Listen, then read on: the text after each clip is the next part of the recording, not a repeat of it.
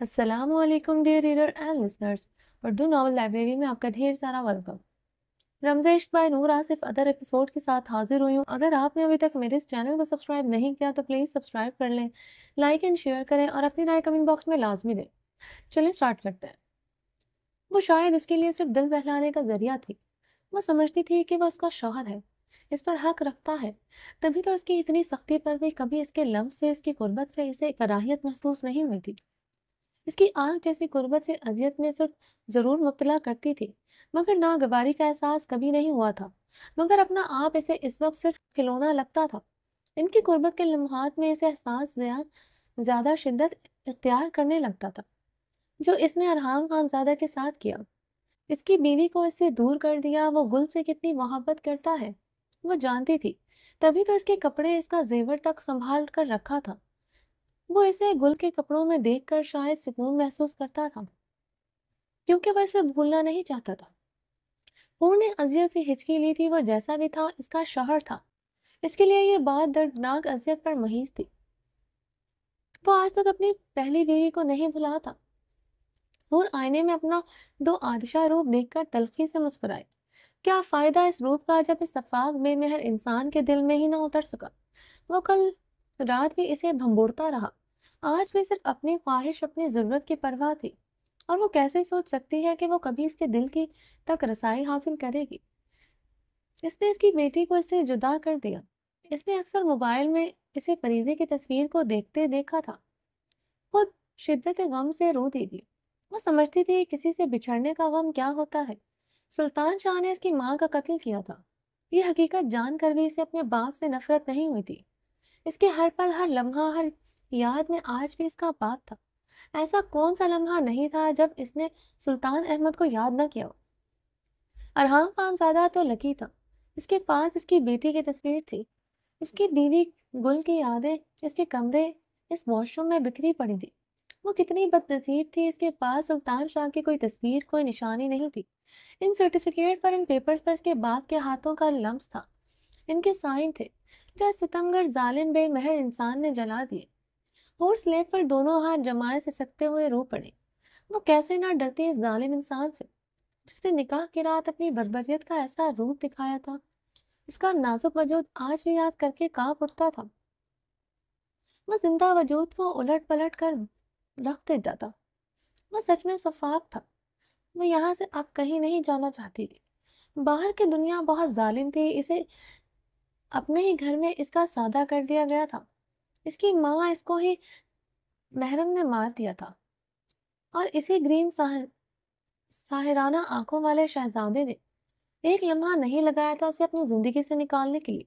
ارحام خانزادہ ظالم تھا، جابر تھا، شفاف تھا، بے مہر تھا، مگر اسے اتنا یقین تھا کہ وہ اس کی حقیقت سن کر بھی اس سے کبھی نہیں چھوڑے گا، کیونکہ اس کی نفرت محبت سے بھی زیادہ طاقتور تھی۔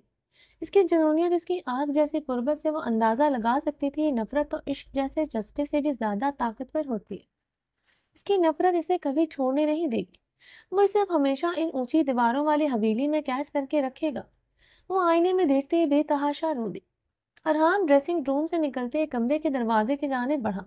واش روم سے آتی سسکیوں پر اس کے قدم ٹھہرے تھے۔ اس کی سسکیاں سنتے ارحام خانزادہ کا چہرہ پل میں سرخ ہوا۔ وہ کس بات کا ماتم منا رہی تھی اندر؟ اس نے تو اسے کچھ بھی نہیں کہا تھا، پھر کیوں رو رہی ہے وہ اتنا؟ وہ اپنا لب بے دردی سے کچلتا واش روم کی جانب بڑھا۔ اس کا ایسے رونا اسے اپنے دل پر تازیانے کے طور پر محسوس ہو رہا تھا۔ واش روم کے ہینڈل پر ہاتھ رکھنے کی دیر تھی کہ وہ کھلتا چلا گیا۔ وہ آئینے کے آگے منہ پر ہاتھ رکھے کھڑے بے تحاشا رو رہی تھی۔ وہ صرف آنسو نہیں بہا رہی تھی، ماتم منا رہی تھی۔ ارحام یہ دیکھتا اسے غصے کی جانب بڑھا۔ ارحام غصے سے ہور کی جانب بڑھا جو منہ پر ہاتھ رکھے اپنی سسکیاں روکنے کی ناکام سعی کرتے زوروں قطار رو رہی تھی۔ ارحام ایک ہی جسم میں اس تک پہنچتا اسے کندھے سے جکڑتا، اس کا رخ اپنی طرف موڑے اسے سلیب سے لگا چکا تھا۔ ارحام خانزادہ کو اپنے قریب دیکھ کر اس کے آنسو تھم چکے تھے۔ وہ اب پھٹی پھٹی نگاہوں سے اسے اپنے بے حد قریب کھڑے ارحام کو دیکھ رہی تھی، جس کی تپش سانسوں کی حد تک اس کے ہونٹوں پر بکھر رہی تھی۔ ارحام کی سرد نگاہیں دیکھتے حور کی سانسیں سینے میں اٹکی تھی۔ کیوں رو رہی ہو؟ کیا ہوا ہے؟ ارحام نے اپنی گھنی بیئرڈ پر ہاتھ پھیرتے اپنے اشتعال پر قابو پایا۔ وہ اسے دیکھتے اپنی سانسیں روک چکی تھی. اسے نہ چاہتے ہوئے بھی اپنا لہجہ نرم کرنا پڑا، ورنہ اس کے لیے رونے پر رات سے بھی زیادہ غصہ آیا تھا. اس کے آنسو برداشت نہیں ہو رہے تھے. یہ آنسو سے کتنی جھنجھلاہٹ اور تیش میں مبتلا کر رہے تھے وہی جانتا تھا. اور صرف متورم آنکھوں سے اسے دیکھتے سانسیں روکے کھڑی تھی. اس کے ایسے سانسیں روکنے پر ارحام نے اس کے گال پر بہت نرمی سے اپنا ہاتھ جمائے، اس کی کمر کو اپنے بازو کے گھیرے میں لیا. ایک ہاتھ سے اس کے آرے سے بہت نرمی سے بہتے آنسو صاف کیے. کیا ہوا ہے؟ کیوں رو رہی ہو؟ طبیعت تو ٹھیک ہے تمہاری؟ ارحام نے بہت پیار سے پوچھا تو حور نے گہرے سانس لیتے بے یقین نگاہوں سے اسے دیکھا. اس کی بے یقین نگاہیں دیکھتے ارحام نے اپنی نظریں چرائی تھی. وہ اس کی اتنی سی نرمی پر ایسے حیران ہو کر دیکھتی تھی. وہ نہ چاہتے ہوئے بھی وہ اس کی نگاہوں سے نظریں چرانے پر مجبور ہو جاتا تھا. اس کا بے یقین ہونا بنتا تھا. وہ کب اس سے ایسے بات کرتا تھا؟ ماما میری طبیعت ٹھیک نہیں ہے. اس کی نرمی سے پہلے زیادہ رونا آیا تھا. وہ آنکھیں چھپک چھپک کر اپنے امڑتے آنسوؤں کو روکتے ہوئے اسے دیکھ رہی تھی. کیا ہوا ہے؟ ارحام نے بے تابی سے اس کے ماتھے پر ہاتھ رکھا. اس کا بدن کا ٹمپریچر نارمل تھا. ارحام گہرا سانس بھر کر رہ گیا. وہ صرف اس کے ڈر سے اپنی طبیعت کی خرابی کا بہانہ کر رہی تھی. ارحام نے لب پیچھے اسے دیکھا. وہ کیوں اتنا رو رہی ہے؟ وہ ابھی تک سمجھ نہیں پا رہا تھا. ناشتہ کرو گی تو طبیعت ٹھیک ہو جائے گی. اس کے بعد میڈیسن لے لینا، بالکل ٹھیک ہو جاؤ گی. ارحام نے اس کے گال پر نرمی سے ہاتھ جمائے کہا. اس کی آنکھوں کو پھر سے پانی بھرتا دیکھ وہ گہرا سانس بھرتا رہ گیا. وہ اسے کلائی سے نرمی سے تھامے کمرے میں لے آیا تھا. اسے بیڈ پر بٹھا کر اس کی ٹانگوں پر کمبل دیا. وہ بالکل ایک کانچ کی گڑیا کی مانند اس کا خیال رکھ رہا تھا. دروازے پر دستک پر ارحام نے دروازہ کھولا تو درخشاں ناشتے کی ٹرے لیے کھڑی تھی. ٹھیک ہے تم جاؤ.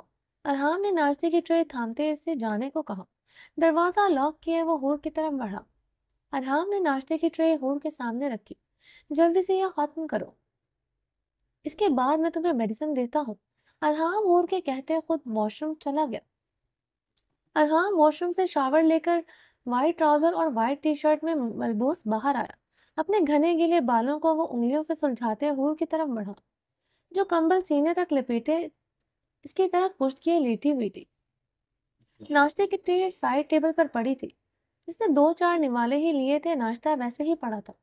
اس نے درخشاں سے اس کے لیے اسپیشل ناشتہ بنوایا تھا.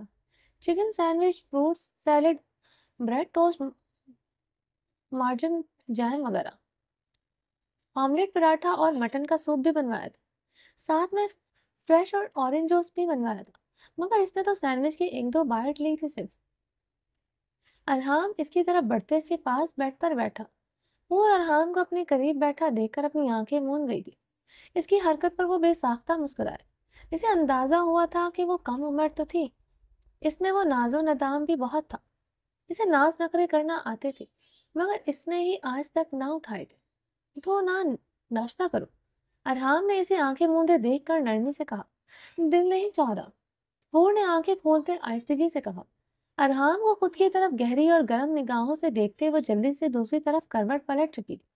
اس کی گرم نگاہوں کا مطلب وہ اچھی طرح سمجھتی تھی. ارحام کچھ پل کے اس کے پاس بیٹھا اس کی پشت پر بکھرے براؤن سلکی بالوں کو دیکھتا. ارحام نے ہاتھ بڑھا کر اس کے براؤن بالوں کو نرمی سے چھوا. وہ اس کی طرف جھکتے اس کے کان کی لووں کو اپنے لبوں سے کاٹ گیا تھا. حور کے پرتپش لمس پر کانپی سی تھی. کیا چاہتی ہو؟ کیوں میرے جذبات بھڑکا رہی ہو؟ یہ ادائیں دکھا کر ارحام نے اس کے کان میں جھکتے مدھم سے سرگوشی کی.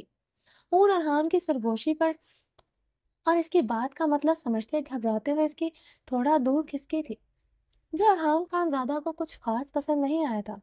ارحام اس کی کمر میں ہاتھ ڈالے اپنی طرف کھسکاتے سیدھا کر چکا تھا. اور آنکھیں بڑی کیے ایک ٹک ارحام کو دیکھ رہی تھی. وہ اس پر جھکا اس کے آرس پر نرمی سے انگلیاں پھیر رہا تھا.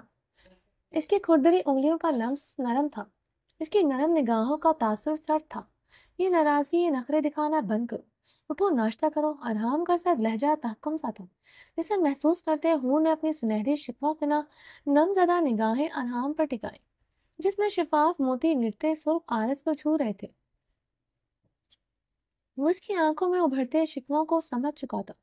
ارحام اس کی سنہری آنکھوں میں شبنم دیکھ کر پریشان ہوا تھا۔ اس کی آنکھوں میں ٹھہرا درد تو سمجھ آتا تھا، اپنی صفاکی سے وہ بخوبی واقف تھا۔ سامنے بیٹھی کانچ سی گڑیا اس کی سفتے کی بے رحمی کی عادی ہو چکی تھی۔ اس طرح آنسو بہانا تو اس نے چھوڑ دیے تھے، مگر آج ان آنکھوں میں بار بار شبنم کیوں ٹھہر رہی تھی، وہ سمجھ نہیں پا رہا تھا۔ سامنے لیٹی کانچ سی گڑیا اس کی نرمی ہی تو برداشت نہیں کر پا رہی تھی۔ ناشتہ کیوں نہیں کر رہے؟ ارحان کا لہجہ سنجیدہ ہوا۔ مجھے بھوک نہیں ہے، ہور نے آہستگی سے کہا۔ جب کھاؤ گی تو بھوک بھی لگ جائے گی۔ ارحان نے اس کی کمر میں ہاتھ ڈالتے سے بٹھایا۔ ارحان نے سائڈ ٹیبل سے ٹرے اٹھا کر ہور کے سامنے رکھی۔ ارحان نے پراٹھے اور آملیٹ کی بائٹ بنا کر اس کے منہ میں ڈالی۔ ہور نے خاموشی سے وہ بائٹ کھا لی تھی، وہ چھوٹے چھوٹے لقمے بنا کر اس کے منہ میں ڈال رہا تھا۔ وہ ڈبڈبائی آنکھوں سے ارحان کو دیکھ رہی تھی۔ سنہرے کانچ سی آنکھوں میں آنسوؤں کی تہ بڑھتی جا رہی تھی۔ وہ کو اب آنکھوں کے آگے دھندلاہٹ سے محسوس ہو رہی تھی۔ ارحان نے اسے پورا پراٹھا کھلانے کے بعد فریش ہو کر جوس کا گلاس اٹھا کر اس کے لبوں سے لگایا۔ ہور نے 2 گھونٹ پیتے گلاس پیچھے کیا۔ ارحان نے ہور کو بغور دیکھتے گلاس ٹرے میں واپس رکھا۔ اب وہ بریڈ پر مارجن لگا رہا تھا۔ ارحان نے ٹوسٹ بناتے ہوئے ہور کے منہ کی طرف بڑھایا۔ ہور نے ہلکا سا دانتوں سے کاٹ کر ایک ہاتھ سے پیچھے کیا۔ تمہیں یہ نہیں پسند؟ ارحان نے ہور کو دیکھ کر پوچھا۔ اس کے منہ بدلتے زاویے کو دیکھ کر وہ یہی سمجھا تھا۔ عرصہ ہو گیا ہے مجھے، یہ یاد رکھیں کہ مجھے کیا پسند ہے اور کیا نہیں۔ ہور کی بات پر ارحان اپنا لب کھینچ گیا۔ اس کا سچ برداشت نہیں ہوا تھا۔ مجھے اور نہیں کھانا، ہور بھیگے لہجے میں بولے۔ ارحان کے ایسے کھانا کھلانے پر سلطان احمد کی یاد شدت سے آئی تھی۔ ہر دوسرے دن وہ ان سے ناراض ہو جاتی تھی۔ وہ ہر دوسرے دن ان سے کمرے میں کھانے کے ٹریس سنجائے لاتے تھے۔ بے شمار کھانے اس کی ٹرالی میں سجی ہوتے تھے۔ وہ گھنٹوں کے سامنے بیٹھ کر اپنے ہاتھوں سے کھانا کھلاتے تھے۔ وہ کتنے نخرے دکھاتی تھی، انہیں کتنا ستاتی تھی۔ وہ اتنا ہی صبر و تحمل کا مظاہرہ کیے تب تک اس کے پاس سے اٹھتے نہیں تھے جب تک اسے کھانا نہ کھلاتے۔ وہ جب سے آئی تھی آج پہلی مرتبہ تھا اس نے اتنا کھانا کھایا تھا، ورنہ وہ بمشکل آدھی روٹی ہی کھا پاتی تھی، وہ بھی صرف جلدی جلدی نکلتی تھی۔ اس ستم گر کی شدتیں سہنے کے لیے وہ تھوڑا بہت کھا لیتی تھی، ورنہ کبھی اتنا بھی نہ کھاتی۔ اوکے، یہ جوس فنش کر، پھر تمہیں میڈیسن بھی لینی ہے۔ ارحان نے گلاس اس کی طرف بڑھایا۔ تو نے ارحان سے گلاس تھام کر لبوں سے لگایا، وہ ایک ہی سانس میں ختم کر گئی۔ وہ مزید اس ستمگر کو اپنے سامنے نہیں دیکھنا چاہتی ہوئی۔ اسے دیکھ کر سلطان احمد شاہ کی یاد آج شدت سے آ رہی تھی۔ ارحان نے گلاس اس سے تھامتے اس کے ہاتھوں کی لرزش کو بغور دیکھا تھا۔ ارحان نے ٹرے اٹھا کر سائڈ ٹیبل پر رکھی۔ ہور اس کی طرف سے رخ پلٹے کمبل لیے آنکھیں موندے لیٹ چکی تھی۔ ارحان کچھ پل اسے دیکھتا رہا، پھر کمرے کی لائٹ آف کرتا باہر نکل گیا۔ اور ارحان کے جانے کے بعد بیڈ شیٹ مٹھیوں میں دبوچے پھر سے سسک اٹھی تھی۔ پاپا، وہ اس نے سسکتے ہوئے سلطان احمد شاہ کو پکارا تھا۔ دروازہ بند کر کے ارحان اس کی دبی دبی سسکیاں سنتے ٹھہرا تھا۔ اس کی بلند ہوتی سسکیوں میں لفظ پاپا سنتے وہ اپنی گھنی بیڑ پر ہاتھ پھیر کر رہ گیا تھا۔ کچھ لمحے وہاں کھڑا رہا، پھر تیز قدم اٹھاتے مردانے کی طرف بڑھ گیا۔ ابرش اپنے کمرے کی گلاس ونڈ پر نظریں جمائے سرسبز پہاڑوں کو دیکھ رہی تھی۔ آنکھوں کی سرخی بڑھتی جا رہی تھی، دل دہکتا تندور بنا ہوا تھا۔ جلتی لکڑیوں پر پانی ڈالنے سے جیسے شعلے بھڑکتے ہیں، بالکل ویسے ہی دہک رہی تھی۔ زران خان زادہ پچھلے 2 دن سے اسلام آباد میں تھا۔ آج صبح وہ حویلی آ گیا تھا، اب رات کے 12 بج رہے تھے، مگر اس نے کمرے میں قدم نہیں رکھا تھا۔ اس کی حویلی کی آمد کا بھی اسے پلوشا سے پتہ چلا تھا، جس نے اس کے کلف لگے کپڑے استری کر کے مردانے میں بھجوائے تھے۔ اسے درخشاں نے بتایا تھا زاران نے اسپیشل پلوشا سے اپنے کپڑے پریس کرنے کو کہا ہے۔ اسے اس کے ہاتھ کے آئرن کپڑے بہت پسند تھے۔ پلوشا نے اس کے سامنے اس کے لیے کتنی بار قہوہ بنا کر مردانے میں بھجوایا تھا۔ وہ اس کے سامنے بڑے دھڑلے سے زاران کے کام کر رہی تھی۔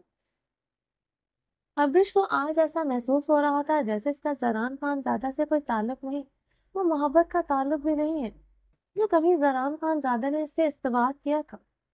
وہ کیا اب ساری عمر اس کمرے میں صرف اس کے نام کی بیوی بن کر رہے گی؟ وہ اسے یہاں سے بھی جانے تو نہیں دے گا۔ وہ جانتی تھی مگر وہ کیا ایسے ہی اپنی زندگی گزارے گی؟ وہ اب صوفے پر بیٹھی سامنے لگی کھڑکی کو دیکھ رہی تھی جہاں اب 1 بج رہا تھا۔ دیکھتے ہی رات اسے احساس دلا رہی تھی وہ کمرے میں نہیں آئے گا۔ اب اس صوفے سے اٹھتے بیڈ کی جانب بڑھی تھی۔ بیڈ پر گرتے وہ بے بسی سے احساس سے پھوٹ پھوٹ کر رو دی۔ زران لاؤنج میں امینا خانم کے ساتھ بیٹھا تھا، تھکن اضطراب سے اس کے انگ انگ میں پھیلی تھی۔ ایک صوفے پر امینا خانم اور زران بیٹھے تھے، اس کے قریب ہی سنگل صوفے پر پلوشا بیٹھی تھی۔ ان کے سامنے روزینہ خانم بیٹھی تھی۔ امینا خانم کی رات کو طبیعت اچانک خراب ہو گئی تھی، ان کا بی پی اچانک سے شوٹ کر گیا تھا۔ زران انہیں لیے کوئی ہسپتال چلا گیا تھا۔ وہ رات بھر امینا خانم کے ساتھ ہسپتال رہا۔ پلوشا بھی ساتھ تھی۔ وہ لوگ ابھی تھوڑی دیر پہلے ہاسپٹل سے آئے تھے۔ امینا خانم کی طبیعت اب کافی بہتر تھی، مگر ایک ہی رات میں وہ نچڑ کر جیسے رہ گئی تھی، بہت مزمل نظر آ رہی تھی۔ وہ پلوشا کی طرح جھکے اسے امینا خانم کی میڈیسن اور ان کی ڈائٹ کے متعلق ہدایت دے رہا تھا۔ پلوشا بظاہر تو دوسرے صوفے پر براجمان تھی، مگر زران کے بےحد قریب بیٹھی ہوئی تھی۔ ابرش آچھی گلدبی سمپل سا ڈریس پہنے اسی لمحے سیڑھیاں اترتے نیچے لاؤنج میں آئی تھی۔ زران کو پلوشا کی طرف جھکے باتیں کرتا دیکھ اس کا رنگ سرخ پڑا تھا، دل میں بھڑ بڑ بھانبڑ چلے تھے۔ پھر منظر صاف تھا، وہ رات کمرے میں کیوں نہیں آیا تھا؟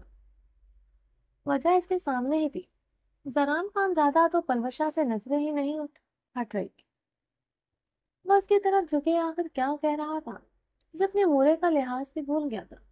ابرش لان کے وسط میں کھڑے گہرے سانس بھر رہی تھی، اپنا وجود کم مایا اور بے توقیر لگا تھا۔ وہ سرخ آنکھوں سے زران کو دیکھ رہی تھی جس نے اس کی طرف ابھی بھی نگاہ نہیں ڈالی تھی۔ وہ بلو شلوار قمیض میں ملبوس بے انتہا ہینڈسم لگ رہا تھا۔ ہلکی گھنی بیئرڈ پر ہاتھ پھیرتے وہ پلوشا سے کوئی بات کرتے، اب وہ مدھم سا مسکرایا تھا۔ پلوشا اپنے سر پر گرین آنچل ٹھیک کرتے زران کو دیکھ کر گہرا مسکرائی تھی۔ زران کے مسکرا دینے پر پلوشا کا رنگ گلابی ہوا تھا جو دور کھڑی ابرش کی جلتی آنکھوں نے بخوبی دیکھا تھا۔ سارا منظر صاف تھا، سب کچھ عیاں تھا۔ تو وہ پھر اس حویلی میں کیا کر رہی تھی اور کیوں اس کی پابندیوں میں زندگی گزار رہی تھی؟ ابرش نے اپنے سر سے دوپٹہ اتارتے اسے گلے میں ڈالا۔ زران کو اس کا دوپٹہ اتارنا نہیں پسند تھا۔ وہ اسے بتانا چاہتی تھی کہ اسے اس کے حکم کی رتی برابر پرواہ نہیں ہے۔ وہ اسے صرف جلانا چاہتی تھی جیسے وہ جل رہی تھی۔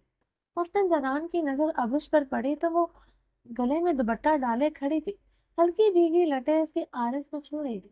وہ اسے بغیر دوپٹے کے دیکھ کر حیران ہوا تھا، بلکہ زران کے جبڑے بری طرح پیچھے تھے، کندھے پر ایک طرف دوپٹہ جھول رہا تھا۔ فٹنگ شرٹ، ٹراؤزر میں ملبوس وہ اپنی رانائیوں سمیت کھڑی تھی۔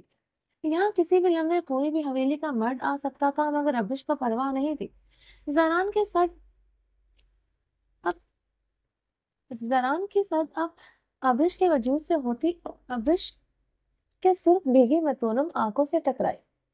وہ اس پر سلگتی نظر ڈال کر کچن کی طرف بڑھ گئی تھی۔ زران اس کے ایٹیٹیوڈ پر اپنی مٹھیاں بھیج کیا تھا۔ اس نے اسے سلام کرنا تو دور کی بات، امینا خانم کا حال پوچھنا بھی گوارا نہیں کیا۔